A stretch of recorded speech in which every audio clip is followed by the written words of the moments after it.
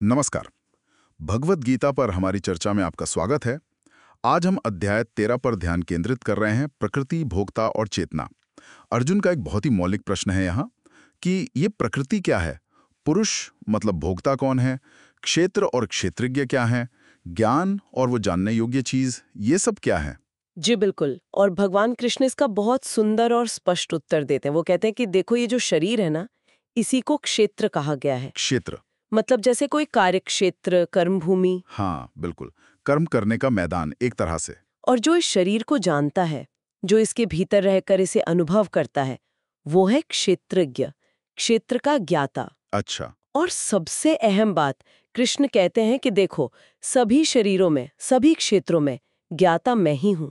मतलब परमात्मा ही असल ज्ञाता है। हम्म। तो इस शरीर और इसके जानने वाले, इस भेद को समझना, यही ज्ञान है। बिल्कुल सही। कृष्ण के अनुसार यही वास्तविक ज्ञान है। इसी समझ की बात कई वैदिक ग्रंथों में, खासकर वेदांत सूत्र में तर्क के साथ की गई है। तो फिर ये क्षेत्र, ये शरीर, इसमें क्या क्या आता है? सिर्फ ये हाड़ मांस का ढांचा? नहीं नहीं, इससे कहीं ज्यादा है। कृष्ण पूरी लिस्ट देते हैं।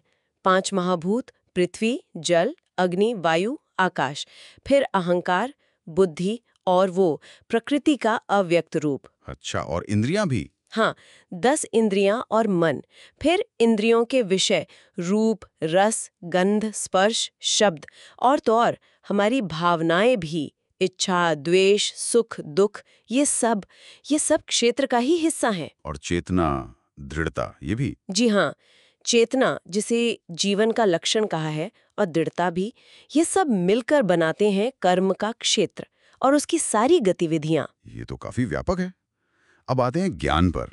कृष्ण ज्ञान को गुणों के रूप में बताते हैं, जैसे विनम्रता, दंभहीनता, अहिंसा। ये थोड़ा अलग है। ज्ञान सिर्फ जानकारी क्यों नहीं? बहुत अच्छा पॉइंट है।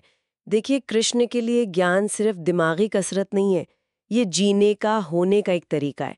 विनम्रता हमें मैंपन से दूर ले जाती है, अहंकार ना होना, हिंसा ना करना, सहनशीलता, सरलता, एक सच्चे गुरु की शरण लेना, सफाई, स्थिरता, आत्मसंयम। ये सब गुण? हाँ, ये गुण हमें इंद्रियों के भटकाव से बचाते हैं।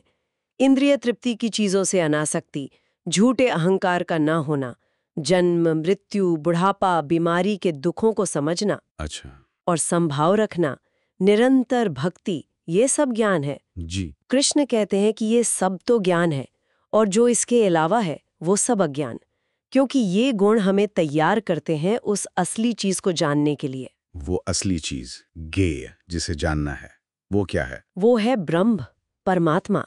कृष्ण कहते हैं वो अनादि है, इस दुनिया के कारण कार्य के खेल से परे। परे? लेकिन वो है कहाँ? हर जगह, सब में व्याप्त, परमात्मा के रूप में।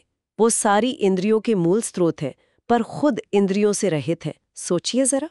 ये थोड़ा विरोधाभासी लगता है। स्रोत भी हैं और रहित भी। हाँ, यही दिव्यता है। वो अनासक्त है पर सबका पालन करते हैं। प्रकृति के गुणों से परे हैं, लेकिन गुणों के स्वामी भी वही हैं। तो इसका मतलब वो सब में होकर भी सबसे अलग हैं। बिल्कुल।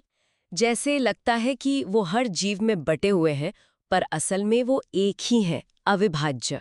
वो सबके हृदय में है, प्रकाश के भी प्रकाश हैं। ज्ञान का अंतिम लक्ष्य वही है। अच्छा, और जो कृष्ण के भक्त हैं वो इसे समझ पाते हैं? हाँ, जो इसे पूरी तरह समझ लेते हैं, वो कृष्ण के दिव्य स्वभाव को प्राप्त करते हैं। तो फिर प्रकृति और जीव का क्या रिश्ता है? ये दोनों कब से हैं? कृष्ण कहते हैं दोनों अनादि हैं, हमेशा से हैं। प्रकृति जो है वो सारे भौतिक कारणों और प्रभावों के लिए जिम्मेदार है, मतलब दुनिया में जो कुछ भी हो रहा है। और जीव, हम लोग? जीव यानी आत्मा, इस प्रकृति के गुणों के चक्कर में पड़कर सुख दुख भोगता है। असल में प्रकृति कर्म करती है, जीव उससे जुड़कर फल भोगता है। मतलब जीव करता नहीं, भोगता है। एक तरह से हाँ, भोगता है, क्योंकि वो प्रकृति के साथ संग करता है। पर आपने कहा परमात्मा भी शरीर में है। हाँ, एक और है परमात्मा। वो सर्वोच्च स्वामी है, साक्षी हैं, अनुमति देने वाले हैं।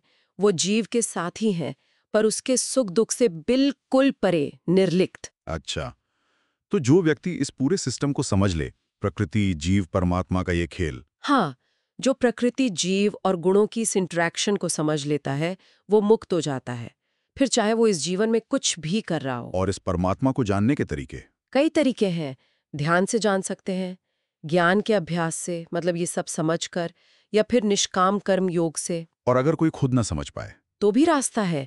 अगर कोई प्रामाणिक स्रोतों से, गुरुओं से, श्रद्धा से सुनता भी है, तो भी वो जन्म मृत्यु के इस चक्र को पार कर सकता है। तो कुल मिलाकर दुनिया में जो कुछ भी है वो बस क्षेत्र और क्षेत्रज्ञ का एक संयोजन है। बिल्कुल। और असली देखना वही है जो परमात्मा को सभी शरीरों में आत्मा के साथ एक समान देखे।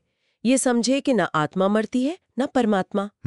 जब कोई ये समझता है कि सारे काम तो ये शरीर, मन यानी प्रकृति कर रही है, आत्मा तो कुछ करती ही नहीं, और जब वो अलग अलग शरीरों के परे उस एक ही सत्ता को देखता है, तब वो ब्रह्म पद को पाता है। जैसे आकाश हर जगह है पर किसी चीज से मिलता नहीं। एकदम सही उपमा है। वैसे ही जो आत्मा ब्रह्म भाव में स्थित है, वो शरीर में रहते हुए भी शरीर से लिप्त नहीं होती। और जैसे एक सूरज। हाँ, जैसे एक सूर्य पूरे ब्रह्मांड को रोशन करता है, वैसे ही शरीर के अंदर की एक आत्मा या कहें जीव पूरे शरीर को चेतना से प्रकाशित करता है। तो सार ये है कि ज्ञान की आंखों से शरीर और आत्मा का फर्क देखना और ये समझना कि भौतिक प्रकृति के बंधन से कैसे मुक्त हुआ जाए, यही हमें परम लक्ष्य तक ले जाता है। बिल्कुल। और जाते जाते एक सवाल सोचने के लिए छोड़ जाते हैं हम सबके लिए। अगर आत्मा सच में कर्ता नहीं है, सिर्फ साक्षी और भोक्ता है, जैसा कृष्ण समझा रहे हैं, तो हमारे रोज के कामों और हमारी प्रतिक्रियाओं को देखने का हमारा नजरिया वो कैसे बदल सकता है? इस पर जरूर सोचिए।